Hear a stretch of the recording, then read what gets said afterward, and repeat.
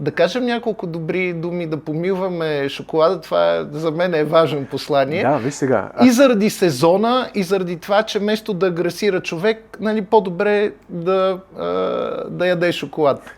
Да, за да се успокои. Не, особено човек, когато е гладен, му се повишават катехоламините, нали, хормоните на стреса и знаеш сега, гладен човек, гладна мечка хором не играе, казва нашите поговорки. Гладен човек обикновено е един такъв напрегнат, твърдит, нацупен и така нататък. Вече като хапне става друг човек.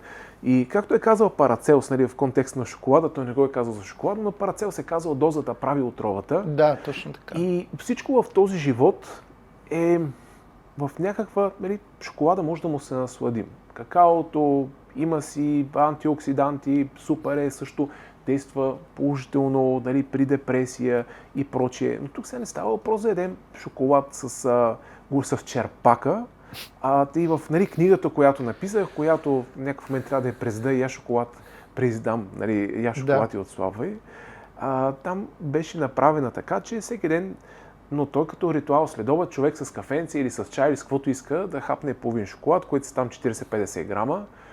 Какъвто му е кеф. Ако обича тъмен, ако обича бял, ако обича млечен, няма значение, но да му се наслади. През останалото време да набляга на храни, които са богати на хранителни вещества, тези, които са в основата на повечето балансирани режими.